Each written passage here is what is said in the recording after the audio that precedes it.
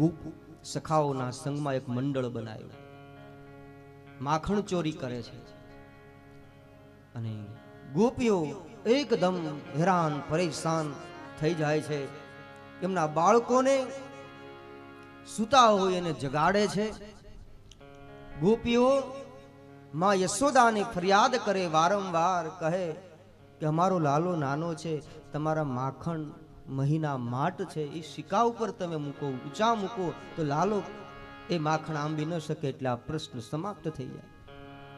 અને જ્યાં ઊંચા મૂકે તો એ ગોપ સખાઓના મંડળના સંગમાં કૃષ્ણ કન્હૈયો જાય છે અને જે ખાંડણિયાને ઊંધું કરી એના ઉપર ચડે ગોપ સખા, એના ઉપર બીજો ગોપ સખા, એના ઉપર ત્રીજો ગોપ સખા, એની ઉપર પોતે શ્રીમાન ચડે અને સિક્કા ઉપરથી એ માખણ મિશ્રીના માટ ઉતારી માખણ ખાય, ગોપ ગોવાળોને ખવરાવે, બ્રજના બંદરોને ખવરાવે અને બીજું વધ્યું હોય ઢોળી નાખે.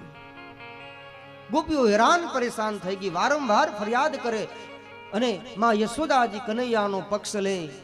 એમાં બ્રજમંડળની એક ગોપી એ થોડી વધારે ક્રોધી હતી, જેનું નામ પ્રભાવતી. પ્રભાવતી નામની ગોપી એણે નક્કી કર્યું કે આ વખતે યશોદા માને રંગે હાથે એમના દીકરા લાલાને પકડાવી અને એની પાસે લઈ જવો છે. લાલાને રંગે હાથે પકડવા માટે યુક્તિ કરી. ગોપીઓ બધી સંતાઈ ગઈ અને પ્રભાવતીએ કનૈયાને પકડ્યો છે. જ્યાં કનૈયાનો હાથ પકડ્યો અને યશોદા પાસે ધમકાવતી લઈ જાય છે. ચાલ, તારી માં યશોદા કહે છે કે મારો લાલો ચોર નથી, માખણ ચોરી કરતો નથી, અમારા ઘરે કોઈ ખામી નથી કે તમારે ત્યાં માખણ ચોરી કરવા આવે એવી તારી માં કહે છે. યશોદા, આજે એને બતાવી દો કે આ તારો દીકરો છે કે બીજું કોણ છે. એમ અભિમાનથી એનો હાથ પકડી અને નીકળી છે. એમાં બન્યું એવું કે સમયની મર્યાદા,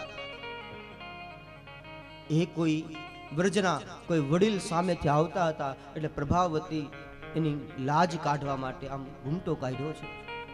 જેવો ઘૂમટો કાઢ્યો એટલે ગોપ સખાઓ સાથે ચાલતા હતા ભગવાન કૃષ્ણની, એની સાથે મનસુખા